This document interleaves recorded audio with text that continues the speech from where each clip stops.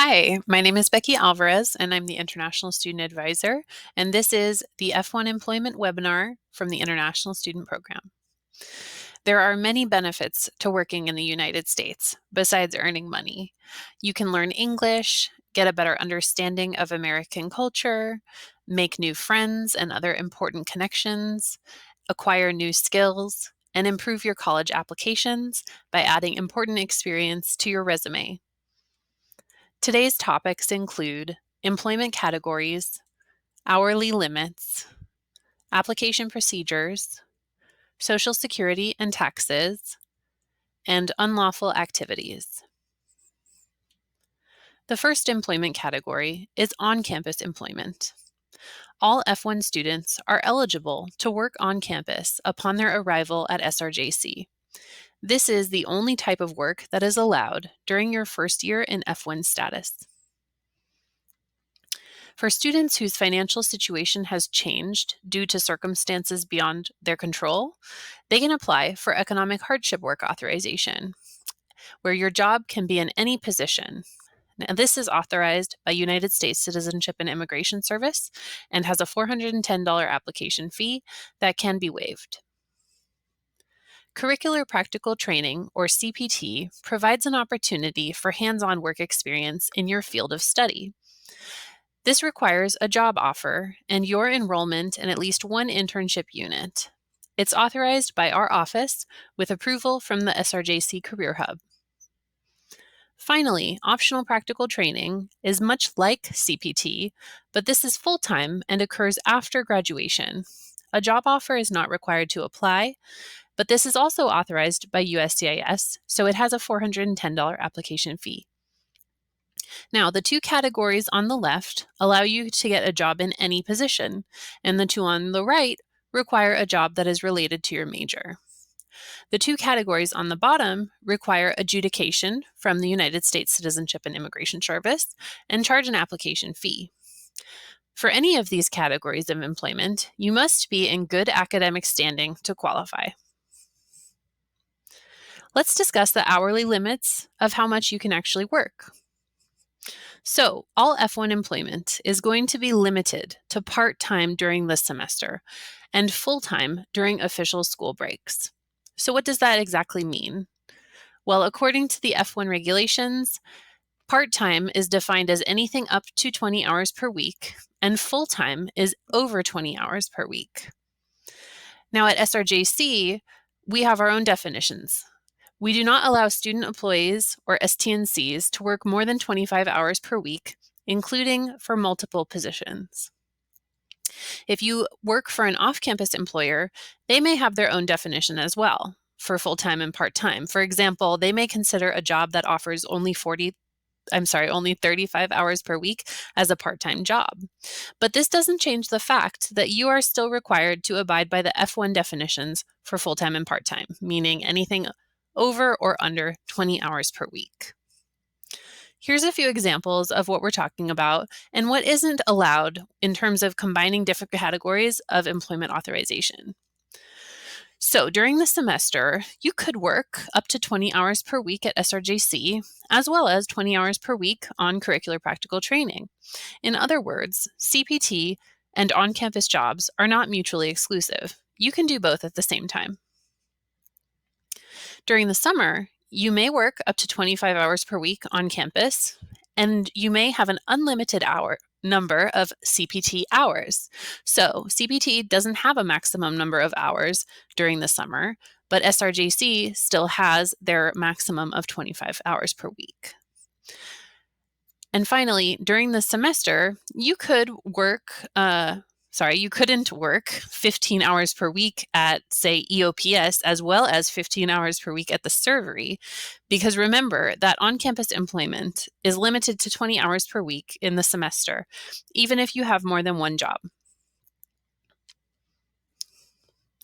So let's talk about the application process for on-campus employment. I want to reiterate how important it is to get a job as an F1 student, especially in your first year if it's an on-campus job. This will give you some crucial experience that you can put on your resume, which you're really going to need to be able to get an off-campus job later on. whether it's during CPT or after graduation during OPT, it will be much harder to find off-campus jobs if you have no work experience on your resume. So this is a great way to gain some. To apply for on-campus jobs, you can do this as soon as you arrive at SRJC and enroll full-time. The first step is to prepare your resume, which is a list of all of your experience, education, and you also want to prepare a schedule of availability or a list of the days and times that you can work if they hire you. So you want to exclude the times that you have class or practice or other obligations and just provide the hours that you could work. The next step is to submit an eligibility application with the Career Hub. And this is really to verify that you're allowed to work on campus because you have current student status and that you're enrolled in enough units. So the Student Employment Office requires that students are employed in at least 6 units during the semester to qualify for on-campus jobs and 3 units during the summer. So as an F1 student, you know you'd need to be in at least 12 units, but if you happen to have a reduced course load authorization, allowing you to drop below 12 units, remember that you must still be enrolled in at least 6 units to be eligible for on-campus employment. And during the summer, which is normally your vacation term, you have to enroll in at least 3 units to be eligible to work on campus. Next, you're ready to apply for Jobs on Handshake. This is our online job board where on-campus and off-campus organizations can post available jobs that they would like students to apply for. Now, if you need assistance with any of these steps, you can go to the Career Hub on the 3rd floor of the Student Center in Bertolini, and they'll be more than happy to assist you. Now, when you're searching for Jobs on Handshake, be sure to look for only on-campus jobs. You can actually use a filter to do this. And also, be sure to ignore any positions that say FWS, which stands for Federal Work Study, a type of financial aid you're not eligible for. Finally, pay close attention to the campus or location of the job. Some jobs are on the Santa Rosa campus, others are on the Petaluma campus, etc. They also have other things on Handshake, like upcoming events and job fairs or resume workshops. So check that out as well. And finally, there are other types of jobs at SRJC besides student employment. So you can also check the Human Resources website for open STNC positions, which stands for short-term non-continuing. And these jobs tend to pay a little bit more than student employment, which only pays the minimum wage. You can also visit the cafe, Poly Hall, or the SRJC bookstore, which are all private companies that SRJC has contracted to provide student services. And these companies may have their own application process. So if you want to apply for them, go to those departments in person and ask them how you can apply. Next, let's talk about the economic hardship work authorization. So after your first year of F1 status, you can qualify for this work authorization under special circumstances, such as a loss, if you experienced a loss of financial aid or on-campus employment, if you experienced a large increase in your tuition or living costs, or a substantial decrease in the relative value of your home country currency, or if there were any unexpected changes in the financial conditions for your sources of financial support, or if you had unexpectedly large medical bills that were not covered by insurance, or any other substantial unexpected expense, you might qualify for a special off-campus work authorization. Now, please note that you will need to provide actual evidence of your financial hardship. For example, if your primary sponsor, like your parent, got sick or even lost their job, you would want to obtain a copy of their medical records or employment termination. Or if your rent in Santa Rosa increased, you would want to provide copies of your lease agreement from your landlord or property manager. So any evidence of that nature to support your claims of economic hardship is going to increase your chances of getting approval. Now, in order to apply, you have to submit an online application with the United States Citizenship and Immigration Service. It's called the Form I-765, and you'll file this form for category C3 III, and attach the following supporting documentation. So you must receive an updated I-20 from our office with our recommendation on page 2. So we have a request form that you can fill out to ask for this recommendation. And then you'll want to make an appointment with your advisor to receive your I-20 and submit your I-765 application together. You'll also need to attach evidence of meeting the academic year requirements, as well as evidence of full-time enrollment and good academic standing. So a copy of your transcripts should meet this requirement. And good academic standing means anything over a 2.0 GPA. These next 3 requirements can be met through a statement of explanation. So you'll want to write a letter addressed to USCIS explaining that employment will not interfere with your enrollment in a full course of study, that employment is necessary for you to avoid severe economic hardship, and also providing evidence that on-campus employment is either unavailable or insufficient to meet your financial needs. And this is very easy. You can just explain that on-campus jobs pay minimum wage, and you can provide a list of your expenses, including your tuition fees, rent, health insurance, transportation, etc., and maybe attach evidence of these expenses, including bills, receipts, lease agreements, those types of things. Upon submitting your Form I-765, you will be redirected to the pay.gov website to pay the $410 application fee. Now, as I mentioned, you can apply for a fee waiver, but if you do that, you have to file this application in the mail with paper instead of filing online. So just let us know if you have any questions, and we'll be happy to assist you. The next category of employment is curricular practical training, or CPT. CPT is an experiential learning opportunity that requires your enrollment in at least 1 unit of internship or 99I coursework through the Career Hub. The internship course is coded as online, and all of your coursework will be completed in Canvas. There's approximately 15 to 20 hours of online work for this course.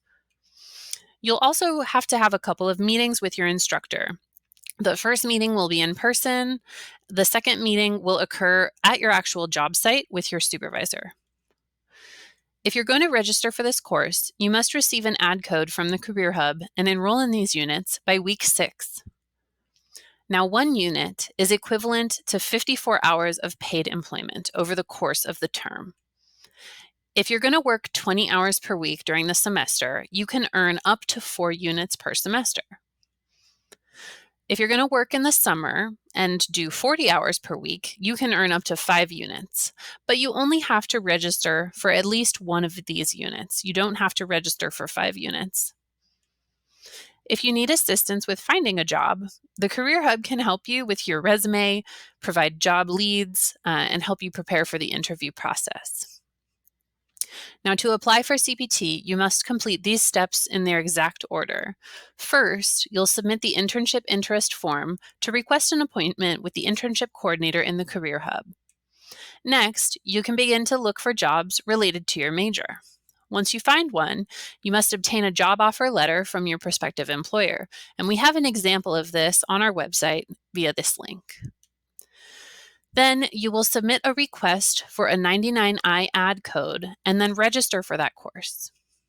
Finally, you'll submit the CPT request form for approval from the internship coordinator and your designated school official. After the CPT request has been approved, you will receive an updated Form I-20, which will have your work authorization on page 2. Then you can start working. And it's very important that you do not work until you have received this I-20, because if you do, this is a violation of your F1 status, and your CVIS record will be required to be terminated for unauthorized employment, which has many negative consequences. So your CPT authorization can begin as early as the first day after the previous term and must end by the last day of the current term. If you wish to extend your CPT, you must reapply using this process and receive a new authorization on your I-20. Optional practical training is much like CPT, but you can do this after you graduate. It's a way for you to extend your F1 status in the United States for the purpose of working full-time or more than 20 hours per week. So in your final semester, you do need to apply for graduation and be on track to complete your degree. This application must be approved pending completion of your final coursework. You will have a 120-day window to submit your application to USCIS, which begins 90 days before your program end date and 60 days after your program end date, which is also referred to as your grace period. And you can find the program end date on your Form I-20.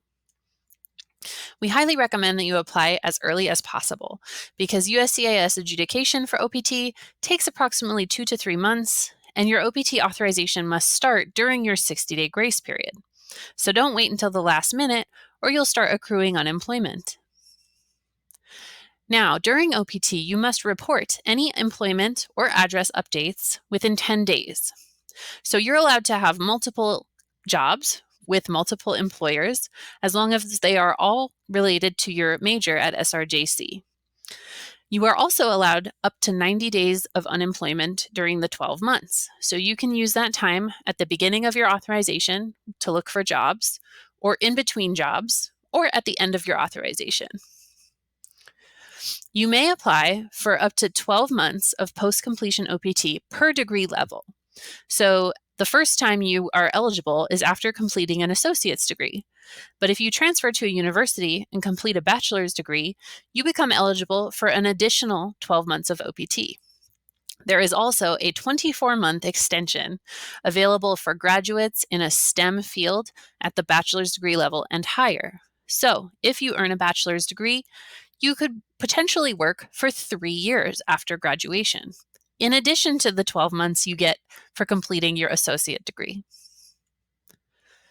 Before applying for OPT, you'll need to request that we provide a recommendation on your I-20, and you can use this form to choose your preferred start date for your authorization. Remember that we must recommend OPT on your I-20 before you submit your application to USCIS. This is one of the few reasons that an application can be denied, if it's missing the recommendation from the designated school official. To apply for post-completion OPT, you must file an I-765 application online with USCIS, and this process is very simple. First, you'll create an account, then you'll sign in, then you select File a Form Online and choose the I-765. You're going to choose the category C3B for post-completion OPT on this application, and then answer the questions as needed and upload the required documents, including a passport photo, a copy of your passport, your most recent I-94, copies of any previous EAD cards or CPT I-20s, and your current I-20 with the OPT recommendation on page 2.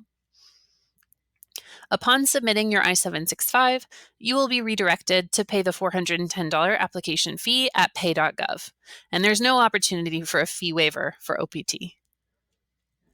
So there's a lot more information about OPT on our website, but this is just a brief webinar, so we're covering the basics.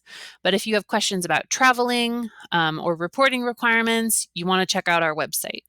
And please know that if you're unable to find a job right away, you can always volunteer in a position related to your major. And that will count as long as you're doing at least 20 hours per week. You will not accrue any unemployment. And remember that after OPT is finished, you still get your 60-day grace period, during which you can travel inside the United States, get ready to leave the United States, or transfer to a new school for a new program of study, or apply for a change of status with USCIS. But if you do exceed the 90-day unemployment limit, you will be required to depart the US and you will not receive a grace period. And just know that if you don't use OPT now after your associate degree, you will lose this opportunity forever. So don't leave this on the table. Take advantage of this opportunity to work for up to 12 months, and then you can always transfer after to finish your bachelor's degree. Let's talk about the Social Security number. Anybody who is going to work in the United States and earn an income is required to have a Social Security number, or SSN, which tracks your income for life. Even if you return to the United States 10 years later, you'll have the same SSN as you did while you were an F1 student. To be eligible for an SSN, you have to receive a job offer, or during OPT, you must have an EAD card. If you don't already have an SSN, you can apply for an SSN on the I-765 application. The procedure is pretty straightforward. You have to obtain some documents, submit your online application, and then bring those documents to the office. So the first document you want to get is a job offer letter. And for student employment, that will be provided by Jamie Longnecker in the Career Hub. Then you'll send that job letter my way and request an employment eligibility letter, which we will provide. Next, you'll submit an online application for your Social Security number, and then you'll bring all of the documents that are required, including both letters, your passport and visa, your Form I-20, and I-94 record to the local SSA office, which is on Range Avenue, just across from Coddingtown Mall.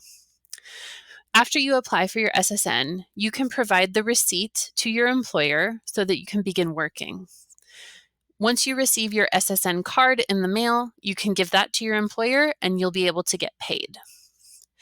If your employer insists that you cannot begin working without an SSN, you can refer them to this website.